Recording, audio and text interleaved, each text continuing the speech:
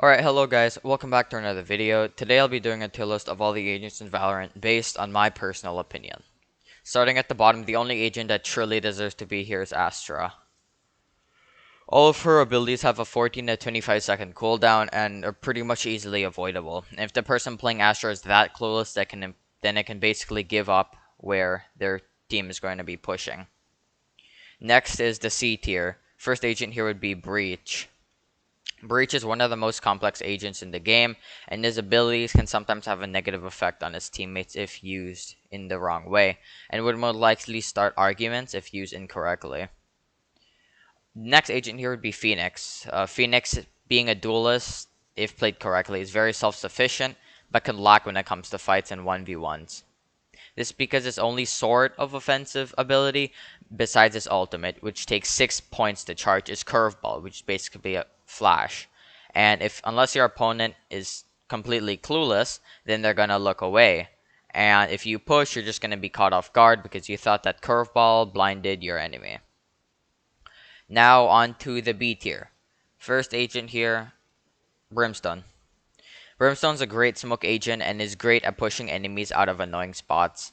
Brimstone, if played with some sort of intelligence, is a great agent, but has some flaws such as like debris blocking his smokes, unlike Omen where you can pretty much directly place the smokes to your liking.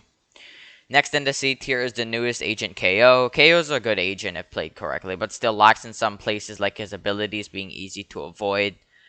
For the last agent in the C tier, that'd be Killjoy. Killjoy, I mean, she's a great agent at her release, but as people learn more about Killjoy's plays and abilities, it became sort of predictable and easier to stop her. Going into the A tier, we're starting with Sage. Sage is an incredible agent that every team should have, being one of the best support agents of the game with her walls, revives, and heals. The only thing she lacks in is the ability to take 1v1s due to her being more of a support than offensive agent. Next in the A tier would be Raze. Raze is great for her splash damage abilities and her outplay potential. Overall at the basic level, she is incredibly easy to learn how to play and is a great duelist. Another agent with a lot of outplay potential in the A tier would be Big Man Omen. Omen can be a really unpredictable agent if you know what you're doing, and people like Flex Ninja have demonstrated how deadly an agent like Omen can be if played correctly. He's also really useful due to his smokes, as like I mentioned before, being able to place directly where they are to your liking. And yeah, next agent in the A tier probably be Yoru.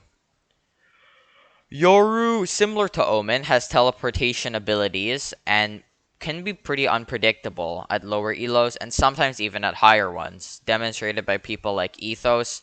He also has a lot of outplay potential, similar to Omen and the others on this tier list. Another agent in the A tier would be Mr. Cameraman Cypher. Cypher has the ability to completely lock down a site by himself because of his cages, tripwires, and cameras, really making like nothing hidden to his eyes. People like Peak and Dapper have shown the true potential of Cypher. The one thing that doesn't get him to the S tier would be him not being the best when attacking, but overall still a great agent to have on your team because of his amazing ability to defend. The final agent in the A tier would be Skye. Skye, a fairly passive agent, great for gathering information and helping pushes. And yeah, now finally on to the S tier. Starting the S tier, Jett. Jett is an agent that you're gonna see in many teams because of her versatility and how well-rounded of an agent she is. With good aim and good game sense, she is one of the, if not the most deadly agents in the game. Next agent in the S tier would be Silva. Silva, like Sage, is a great support and initiator agent. His drone and recon arrows are great for gathering information to avoid people camped in corners or trying flanks. Another agent in the S tier, Viper. While being a situational agent, she can lock down a site by herself in a matter of seconds on the majority of maps. Most effective when paired with a good team, and knowing the best lineups would be a big help if you play Viper. Last agent in the S tier, Reina. Though suffering pretty hard nerfs since her release, Reina is still a really self-sufficient duelist agent that has very viable abilities. Her heals can produce a higher chance for more kills, as well as her blinds. Her invisibility is also great for leaving sticky situations and can help pushes. In the end, play whatever agent you want. Because this is just my personal opinion. All the agents are different, so there's still outplay chance for each of them. Like a D or C tier agent could, if done correctly, outplay an S tier agent. It really depends how you play the agent. Yeah, pretty sure that wraps it up. Feel free to leave your opinions in the comments.